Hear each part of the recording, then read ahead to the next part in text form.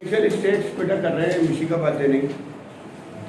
इसमें एक वर्ड है, सबसे पहले हम लोग पढ़ रहे हैं, आपको थोड़ी निकाल लो। वन वर्ड इज पॉपुलेशन, है ना। पॉपुलेशन देख लो, पॉपुलेशन से स्टार्ट होता है चैप्टर, है ना। ये वर्ड पॉपुलेशन आपके पास बार बार आएगा। वो कहता है population does not mean only group of people, है ना। In stage, the term population also refer to the group of object, event, experiment, observation, etc. सही। दो टाइप की पॉपुलेशन है, फाइनाइट और इनफाइनाइट। इसमें ज़्यादा कुछ करने की हमें जरूरत है नहीं। सेकेंड टर्म है sample. A sample is a smaller group of member of a population selected to represent the population. मैं आपको बताता हूँ इन्फ्लुएंशियल स्टेट्स यूज कहाँ होनी है। अभी इलेक्शन हुए थे और सबने एग्जिट पोल सर्वे किया, उसमें हुआ बीजेपी को 40% वोट मिलेंगे एग्जिट पोल में। अब ऑल ओवर यूपी 36 करोड़ मतदाता थे,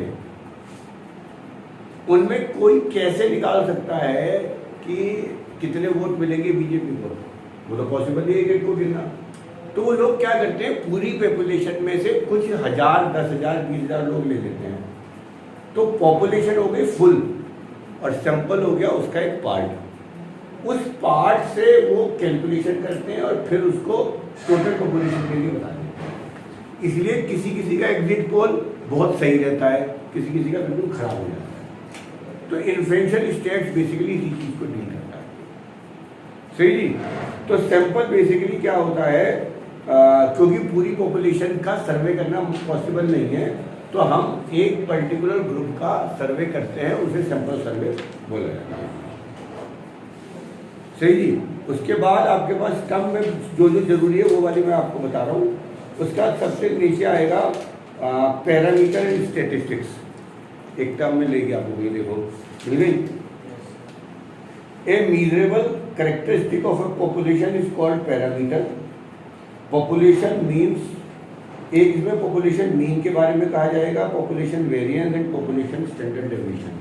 पूरी पॉपुलेशन का जो मीन है वो म्यू से डिनोट होता है और स्टैंडर्ड डेविएशन सही नहीं। ये हर सवाल में मिलेगा आपको, ध्यान रखना, है ना। बेटा वेरिएंस तो काम नहीं, इसलिए वेरिएंस में डिस्कस नहीं करता। दो चीजें होनी है, मीन और स्टैंडर्ड डेविएशन। उसके बाद स्टेट्स में जो हम सैंपल का लेंगे, सैंपल आप देखना, ये है पॉपुलेशन का, ये नोट भी करना है। और एक सैंपल का मीन आएगा, सैंपल का मीन एक्स बार से डिनोट हो रहा है, सैंपल का स्टैंडर्ड डेविएशन स्मॉल एस से डिनोट। आपने क्या करा, पूरी 12th क्लास के 50,000 बच्चे बैठे मेरे में, आपने 100 लोगों का सर्वे करके कह दिया 50,000 बच्चों का कि भाई इस बार जो है पेपर इजी है ना, या इस बार पेपर मुश्किल है। तो 100 लोगों ने जैसा जवाब दिया उसे 50,000 में कन्वर्ट कर दिया। तो सैंपल का एक सर्वे होता है, उसको इससे और इससे डिनोट करना है, पॉपुलेशन के उससे उसको डिनोट करना है।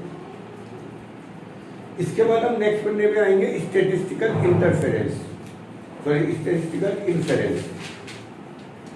यहां से आपका मैथमेटिक्स शुरू होगा, मिल गया। तो there are 3 types of inferences: point estimation, interval estimation and hypothetic testing।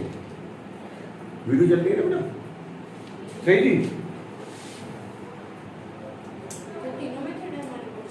तीनों मेथड कोर्स में, है ना।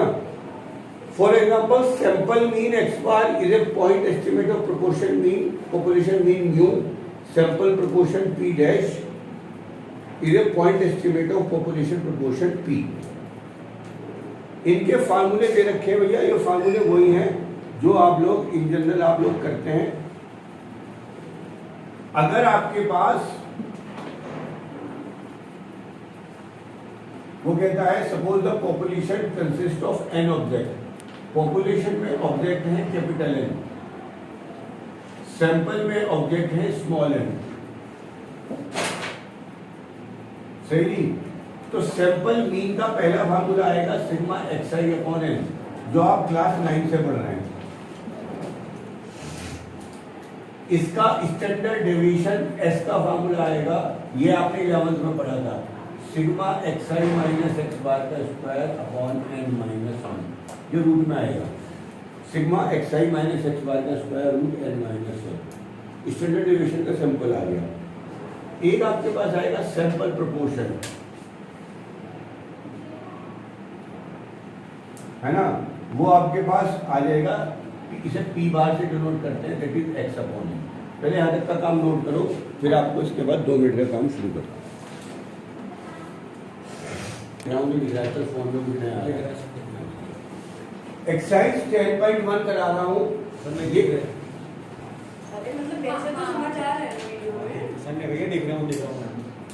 मतलब मेरी शक्ल नहीं आ रही, आप लिख रहे हो, वो आ रहा है, वो आ रहा है ना, बहुत आ रहा है, वो लिखवा दो।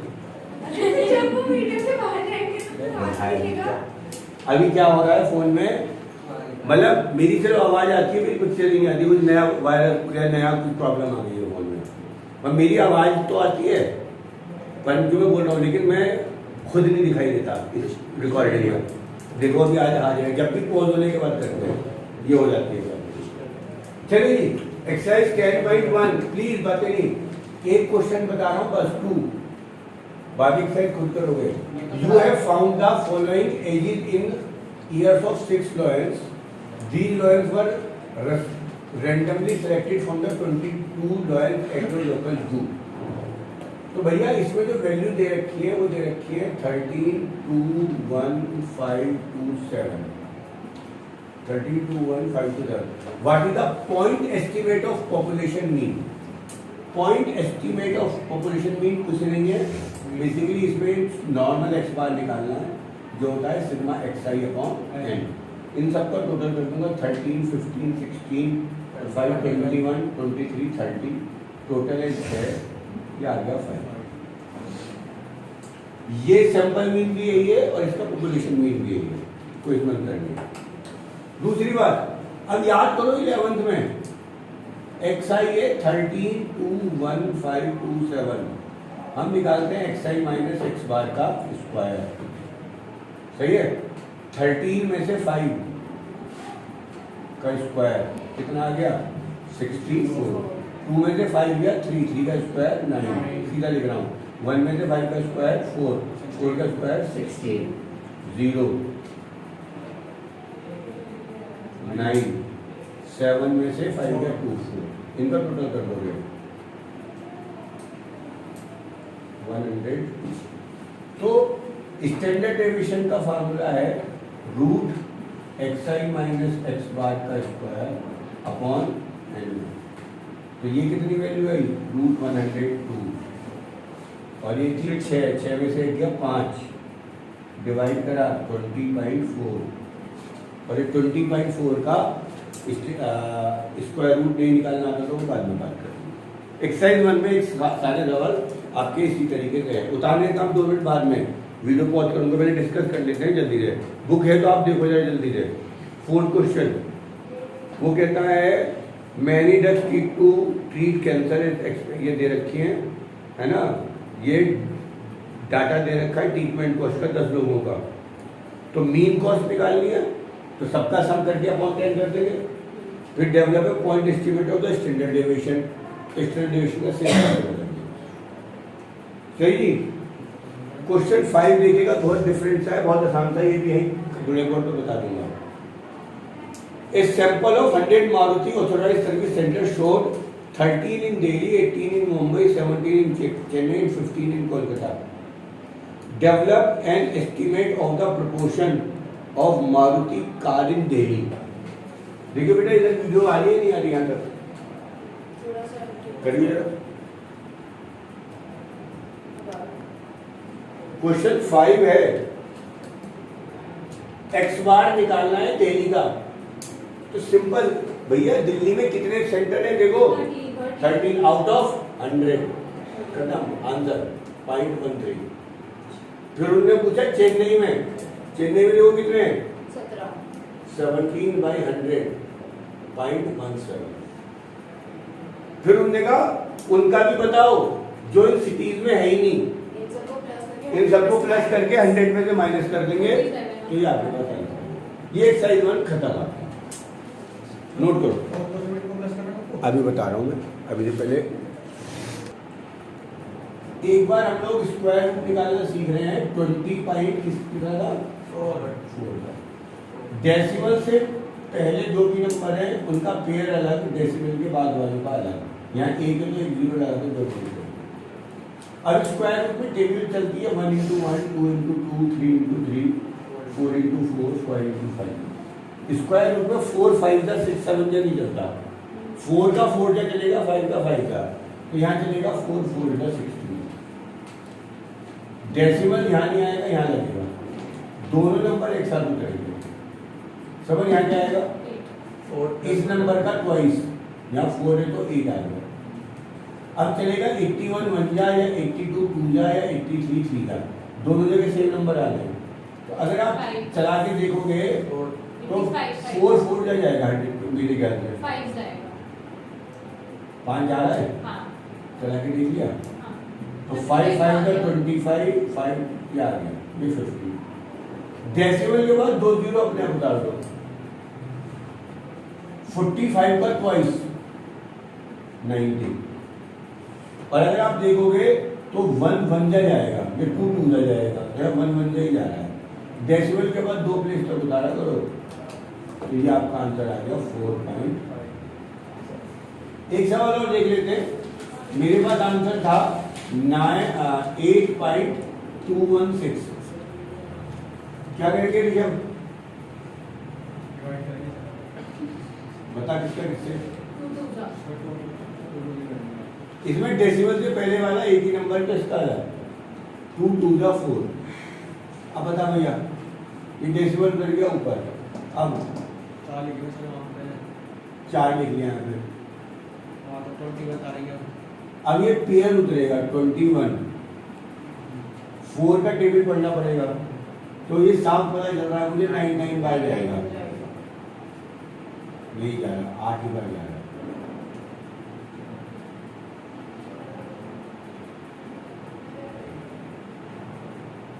अब यहाँ पे 1 6 बचा, तो 1 नहीं उतरता, 6 0 उतरेगा।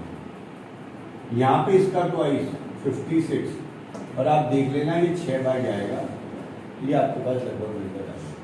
तो ये रफली मैंने आपको रिमाइंड करा दिया, सही जी। अब हम लोग शुरू कर रहे हैं इसकी सेकंड एक्सरसाइज।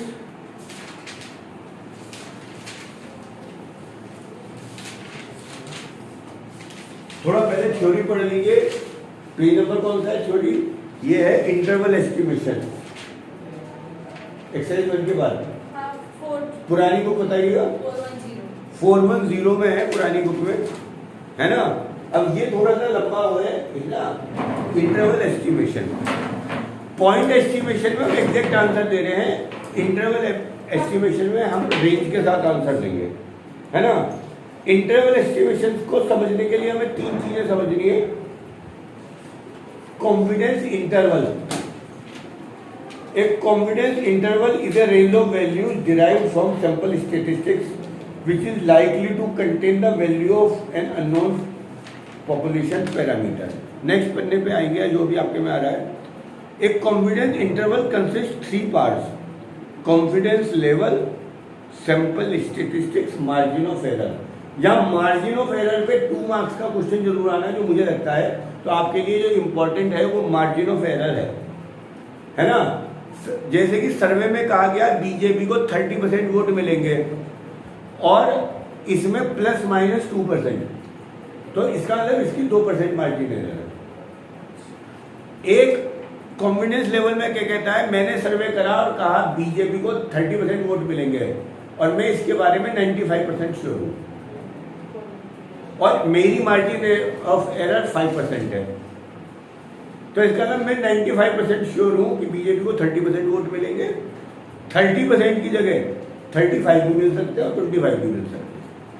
तो हमेशा 2 चीजें चलनी है, कॉन्फिडेंस लेवल और मार्जिन ऑफ एरर। अगली 2 एक्सरसाइज 2 और 3 2 चीजों पे डिपेंड करनी है। तो आज ये हम लोग इसको ध्यान से समझेंगे। पहला टॉपिक पढ़ते हैं, confidence level. The confidence level describe the uncertainty of A sampling method. The Probability part of a confidence interval is called confidence level. Confidence level written in decimal is called confidence coefficient. वो मैं बता दूंगा क्या होता है, ये basically आपको मैंने बता दिया। सीधी सी बात ये है कि अगर मैं किसी के बारे में 90% श्योर हूँ कि ये बात होगी, तो उसका 0.90 कोएफिशिएंट ऑफ कॉन्फिडेंस है। अगर मैं 95% श्योर हूँ कि ऐसा होगा, तो उसका कोएफिशिएंट ऑफ कॉन्फिडेंस 0.9 सही। मार्जिन ऑफ एरर पे आ जाओ सीधा, क्योंकि सैंपल स्टेट्स तो वही है जो हमने पिछला पढ़ लिया, म्यू मतलब मीन और standard deviation. Margin of error क्या कहता है? In a confidence interval, the range of values above and below the sample states is called margin of error. For example, suppose a news channel conducted an exit poll and report that candidate X will receive 40% of the vote. The channel claimed that exit poll had a 5% margin of error and confidence level is 90%. It means channel is 90% confident that candidate X will get vote between, अब उसने कहा 40 और margin of error 5, तो 40 में 5 कम कर दो 35 और 40 में 5 ऐड कर दो 45। सही जी। नेक्स्ट आ रहा है टॉपिक, यहां से फॉर्मूले काफी पे जो नोट करने हैं आपको। ये तो थ्योरी थी, थ्योरी इसलिए बता रहा हूं क्योंकि जब तक ना थ्योरी समझ में नहीं आती नए सवाल नहीं होंगे। Interval estimation of population mean. In order to develop an interval estimation of a population mean, the population standard deviation nu or sample standard deviation s must be known to compute the margin of error. ये line underline कर लो। Margin of error पता करने के लिए आपको population का भी standard deviation पता होना चाहिए और सैंपल का भी स्टैंडर्ड डेविएशन पता होना चाहिए, दोनों का पता होना चाहिए। In most of the cases population का हमें मीन स्टैंडर्ड डेविएशन पता नहीं होता। जो न्यू है, जो साइन लगा हुआ है, ये पॉपुलेशन का स्टैंडर्ड डेविएशन है, ये ध्यान रखना भैया, ये पॉपुलेशन का स्टैंडर्ड डेविएशन है और एक्स जो है वो सैंपल का स्टैंडर्ड डेविएशन है। मोस्ट ऑफ द केसेस में हमें ये नहीं पता होता। We shall learn to estimate the margin of error when nu is not known in the latter part of this chapter. Here we shall discuss the estimate the margin of error when new is known. 10.2 में हम error तब निकालेंगे जब हमें ये पता है, 10.3 में हम तब निकालेंगे जब हमें ये नहीं पता है। क्लियर? सबसे पहला फार्मूला लिखेंगे पॉपुलेशन मीन, जल्दी से लिखना शुरू करेंगे। आपकी पॉपुलेशन मीन न्यू बराबर x bar plus minus margin of error. मैंने 5 बच्चों का तुम्हारा मीन मार्क्स निकाल दिया और मैंने कह दिया आपके 12th का जो एवरेज मार्क्स आएंगे वो इतने आएंगे। तुम 5 से मैं 500 बच्चों का प्रेडिक्शन कर रहा हूं, तो सही तो होगा नहीं, मार्जिन ऑफ एरर तो कुछ होगा, तो वो हमेशा प्लस माइनस करके मार्जिन ऑफ एरर देना है।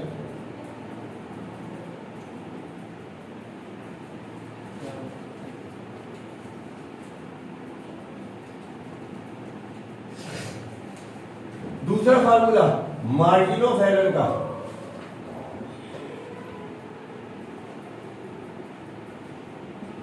z alpha by 2 into standard deviation upon root n, where 1 minus alpha is called coefficient of confidence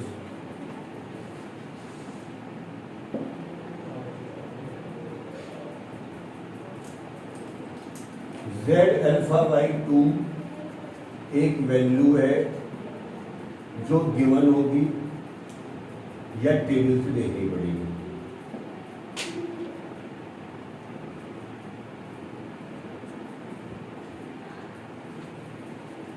सही।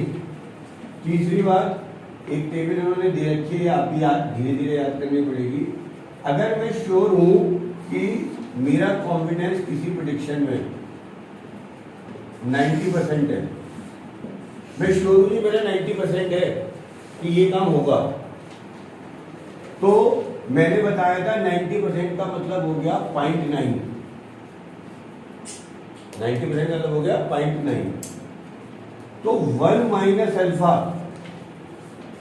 कितना हो जाएगा 0.9, तो अल्फा की वैल्यू 0.1 रह जाएगी, तो 1 माइनस अल्फा आपके पास आ जाएगा 0.9, तो अल्फा आ जाएगा 0.1, पहले तो देखो अगर मैं 90% श्योर हूं तो 1 माइनस अल्फा 0.9 कहलाएगा, क्योंकि मैंने लिख दिया है 1 minus alpha is called coefficient. अब 1 माइनस अल्फा 0.9 है तो अल्फा 0.1 आएगा, अल्फा से फिर आपको अल्फा बाई 2 निकालना पड़ेगा, 0.1 को 2 से डिवाइड करोगे तो देखना ये 0 तो यहाँ आएगा, तो ये पॉइंट क्या आएगा देखना 0.5 आएगा, देखना सही कर रहा हूँ, अल्फा बाई 2। और अब आपको z अल्फा बाई 2 की वैल्यू निकालनी है, यानी z की वैल्यू 0.05 पे निकालनी है, 3 वैल्यू आपको याद करनी है, ये कह रहा है किताब में, क्योंकि सारी न्यूमेरिकल इससे ही आने हैं। z अल्फा बाई 2 की यानी z 0.05 की वैल्यू आपको दे रखी है 1.645, सीधी वैल्यू रखनी है, सारे सवाल 90 और 95 में आने हैं। अगर ये 95% है तो 1 माइनस अल्फा कितना 0.05,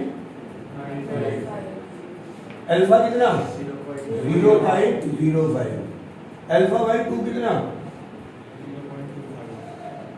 0.025 आई टेक, और इसकी देखो वैल्यू दे रखी होगी कितनी है जब 1. नोट करो जल्दी ध्यान से। अल्फा तो मार्जिन ऑफ एरर को कुछ नहीं दिखाया इन्होंने, मार्जिन ऑफ एरर को कुछ नहीं डिनोट किया गया है भी, यह आप मान के चलो। इस simple random sample of 50 item and 50 हो गया बेटा, विद न्यू बराबर 6 resulting a sample mean x बार हो गया 32 हो गया। पहले तो देखो मैंने 3 चीजें लिख दी, मैथ्स में ये समझ में आ रहा ही नहीं आ रहा। सैंपल मीन मैंने बताया था x बार से डिनोट करते हैं, n 50 है, न्यू 6 है। दूसरी चीज coefficient of confidence 1 minus alpha 0.9 दिया है, देखो देखो सही है क्या, क्योंकि वो पहले कह रहा है 90% जो है वो श्योर है। अल्फा की वैल्यू 0.10, अल्फा बाई 2 की वैल्यू 0.05, जेड अल्फा बाई 2 की वैल्यू कितनी थी 1.645। ये याद करनी पड़ेगी, सब याद नहीं है, 2 वैल्यू याद करनी है 90 95 सही जी। इसके बाद मैंने एक मार्जिन ऑफ एरर का फॉर्मूला लिखवाया था, शिवांशी बोलेगी अल्फा बाय 2 अरे सॉरी क्या into standard deviation upon root n 1.645 into क्या, ये कितना दिया है ये हमारे 6 अपॉन रूट ये 32। जितने भी सवाल है इन सब में रूट 2 बचेगा, ध्यान रखना, क्योंकि 32 को लिख लूंगा 16 इंटू 2, यानी ये बचेगा 4 रूट 2। जितने भी सवाल मैंने देखे सब में यही बच रहा है, या तो 18 मिलेगा 9 इंटू 2, या 50 मिल रहा है 5 इंटू 2 5 रूट 2, 1.645 6 और ये हो गया 4 रूट 2। रूट 2 की वैल्यू याद होनी चाहिए 10th क्लास से 1.414, रूट 2 की वैल्यू 1.414 मल्टीप्लाई कर देंगे। सर हाँ। हमने रूट 32 पे लिया है, n तो 50 है ना हमारा, n 50 है हाँ। भाई, मैं ये तो कर दो तो ये आ गया 5 सही, और 5 को कर दो 1.414 से मल्टीप्लाई, देख लो जरा मल्टीप्लाई, देखो जरा सही है गलत नहीं है, मतलब देख लेना मल्टीप्लाई। ये मार्जिन ऑफ एरर आ गया आपका, सही है। ये डिवाइड करना पड़ेगा 707 से 987,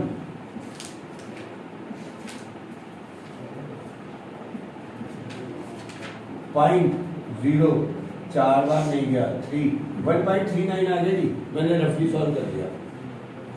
तो ये क्या देखे जा रहा है, इधर देख ले पहले तेरा मार्जिन ऑफ एरर आ गया 1.39, सही ना। सैंपल मीन ये था, तो पॉपुलेशन मीन का फॉर्मूला लिखवाया था, याद करो, x बार प्लस माइनस एरर, यानी 32 प्लस माइनस 1.39, यानी एक बार 32 में तो 1.39 घटाइए, एक बार 32 में 1.39 ऐड करेंगे, 33.39 कॉमन और सब्ट्रैक्ट करेंगे 30.61। ये मैंने राउंड अबाउट आंसर दे दिया, आंसर चेक कर लो, ये आंसर आपका आ गया 30.6 और 33.4। 30. एक ही बात है, तो पॉइंट जल्दी नोट कर लो इसको, एक सवाल करा दिया एक साइड का।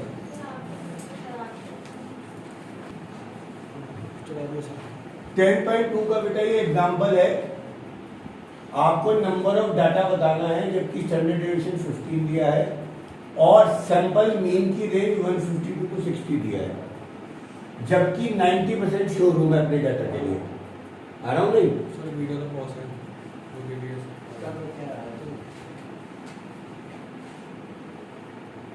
तो वो वही हो गया ना जो मैं बता रहा था।